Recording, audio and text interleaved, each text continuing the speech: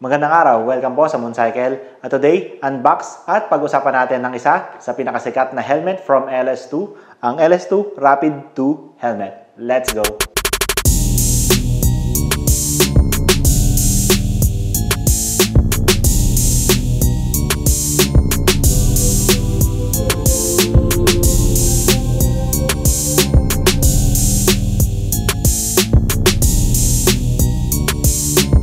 Yun, kasama natin ngayon ang LS2 Rapid Helmet. Unbox natin at pag-usapan natin kung ano-ano yung specifications niya at kung pasok ba siya sa panlasa ng mga riders para sa entry-level segment ng helmets natin. No? So, unbox natin to. No? Check natin kung anong laman. Kasama natin dito ay helmet bag and manual at ilang mga reflectorized stickers. So, tanggalin natin siya sa bag. The usual na helmet bags na free sa mga helmets natin. At ito ang LS2 Rapid 2 sa chameleon color. Napakalupit to. Bagong kulay to ng LS2 Rapid 2. So, may mga available din na monocolors, white, matte black, gloss black. Pero ito, nilabas ng LS2 for the new version ng Rapid 2. Malupit, magandang paint job na binigay ng LS2 Rapid 2, no? So, sinasabi natin, Rapid 2, no? Bale, ito ang second version o version 2 ng LS2 Rapid. Meron na silang nilabas na LS2 Rapid before. Pero ngayon, check natin kung ano yung mga differences doon sa nakaraang version, no? And check na rin natin kung ano yung mga specifications nito. Yan, syempre, unahin natin palagi sa pag-check ng helmet ang ating safety specifications. So, makikita natin dito, pasado siya sa ECE 22.06. Ang ECE 22.06 po, yan po ang isa sa mga safety certifications from Europe na pag naipasa nila, ibig sabihin maganda po ang safety specifications ng helmet na ito. And meron din siyang Certified Product Safety from BPS. So, hindi na po ICC sticker nakakabit dito. Certified Product Safety na po. Same na din po yan ang ICC sticker na requirement ng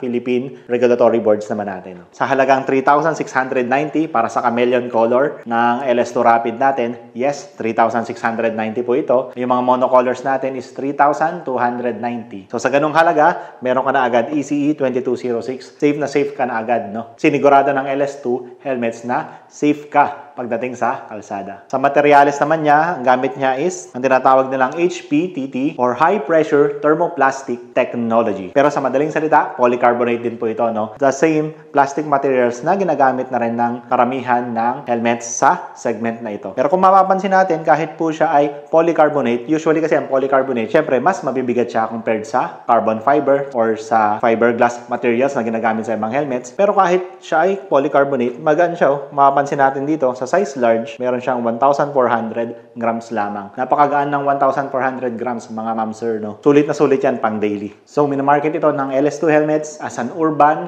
touring helmet. Maganda talaga tong LS2 Rapid pang daily natin, pang OBR, kasi maliit yung shell size niya, no? Maliit yung profile ng pagka-shell niya.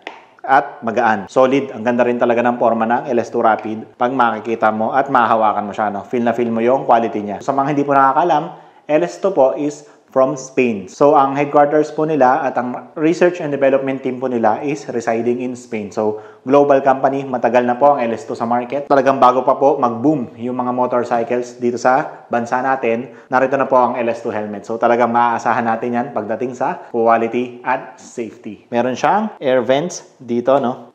Yan. Narito ang kanyang mga air vents. Tamang-tama. Pag mainit, bubuksan lang po natin yan. Lalabas po yan dito sa likod ng ating built-in spoiler. Kung mapapansin natin yung kanyang design at magkukumpara natin doon sa lumang LS2 Rapid, mas humaba na po yung kanyang spoiler. Yung Rapid kasi before halos wala siyang spoiler. Medyo mas basic lang yung kanyang styling. Ngayon, medyo mas maporma na siya talaga. Oh. Medyo mas humaba siya ng konti. Medyo mas naging racy yung kanyang pormahan. Maganda yung mga cuts niya dito. Pero, na-maintain pa rin niya yung profile ng LS2 Rapid na kinagustuhan talaga natin before. Magaan, maliit yung shell size, at maporma. Ang ganda pa ng kulay nito, oh. Ito, hindi nyo siguro masyado makikita pa sa camera itong ganda ng kulay ng chameleon na to, no? Pero mas maganda, mapuntahan nyo siya sa mga stores. Available po yan sa Mooncycle Moto Shop. Makikita nyo kung ano yung sinasabi kong kagandahan ng kulay. Naiiba kasi yung kulay niya pag tinitingnan mo siya. Para siyang may green part dito, tapos nagiging siyang violet. Hindi masyadong kita sa camera, pero pag sa personal talagang magugustuhan nyo yung kulay at pormahan nito. Ang LS2 Rapid po ay single visor helmet, no? Hindi po siya dual visor. nakatulad ng iba na nasa price category na ito, no? Yun naman din po ang nakatulong sa pagiging magaan niya. Medyo bawas yung mechanisms na pinaglalagay dito ni LS2, kaya gumaan po siya. Ang dual visor helmet po na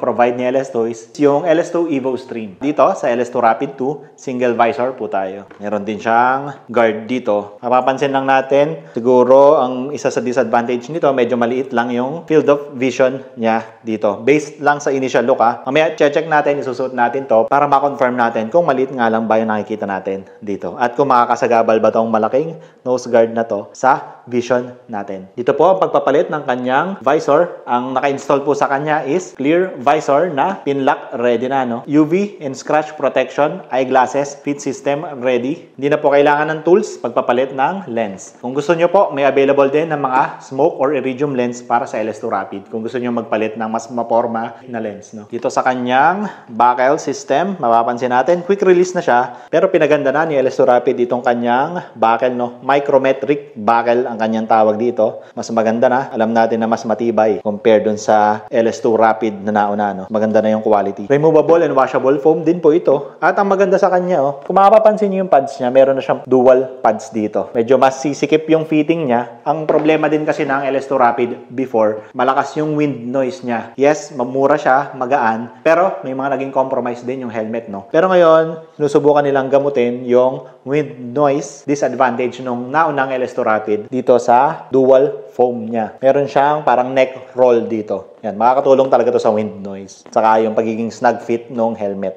Maganda yung quality ng kanyang foam. Nakalagay dito, hypoallergenic ang kanyang foam. Hindi siya agad namamaho, no? Pero, syempre, alam niyo naman sa Pilipinas, umuulan, umaaraw. Talagang hindi na maiiwasan na nagpapawis yung mga ulo natin. Maganda yan, magbabalaklava tayo. And from time to time, lilinis-linisin at lalabhan-labhan din naman natin yung foam ng mga helmets natin. Kasi nga, removable and washable naman to, no? Sa materials niya, maganda, malambot. Memory foam yung ginamit nila dito and may faux leather din. Yun, balikan natin itong malaki niyang, narito. Meron siyang malaking nakalagay dito. Ito yung tinatawag na breath deflector. Siguro ang effect nito, naiiwasan niya na yung hinga natin, diretso agad sa mga lens natin. Maiiwasan yung pag-fog agad ng mga visor natin. Di ba? Pag umaga pa lang or maulan, nagfa-fog agad yung mga visor natin. So, naiiwasan ito na rumekta yung hinga natin papunta sa visor. Hindi nagfa-fog agad yung mga helmet visor natin. Again, nabanggit ko nga, pin-lock ready po ang kasamang visor dito sa ating LS2 Rapid. Pwede po natin siyang lagyan ng pin-lock or may mga available din po na helmet defogging, yung mga ini-spray. Meron po tayong available sa Mooncycle na Dry Plus Helmet Defog. So, check nyo rin po yan. Goods po yan.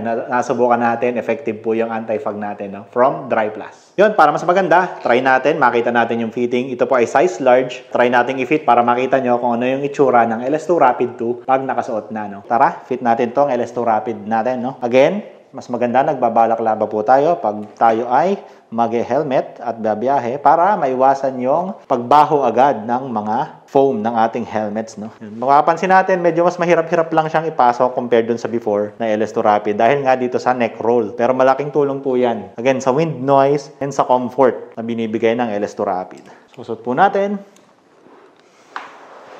Size large po ito. Yes po, fit po sa akin ang size large. Usually sa helmets, medium or large po tayo. Pero dito po sa LS2 Rapid, size large po tayo. Yan, oh. Solid. Ang gaanong helmet, ang ganda. Ito yung LS2 Rapid 2 pag nakasuot. Napansin natin, yung kanyang lens ay walang lock. Ito, walang clicking lock. Pero okay naman, safety. Hindi lang nag-click pag nag-lock. And wala rin siya nung parang adjustments. Wala rin siya ng mga stop gap. Pag medyo maulan or malamig, di ba nag-fog yung mga helmets natin, gusto natin medyo nakabukas ng konti. Ito, wala siyang gap. Pag nakalock siya dito, taas na agad. Pero yon, dun na nga papasok itong breath deflector. Talagang hinaharangan niya yung paghinga natin na dumirekta sa visor. So, anong nangyayari? Babalik sa atin yung hinga.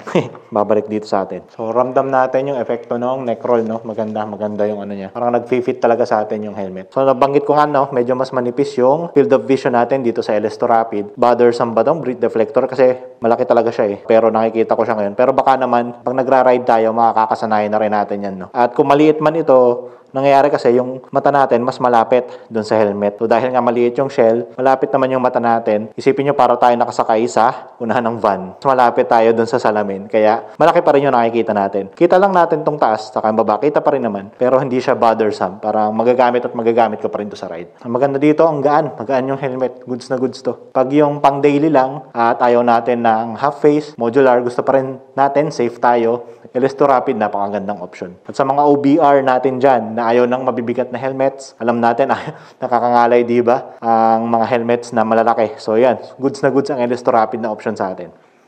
Pakita ko sa inyo. Ito yung front view, side view.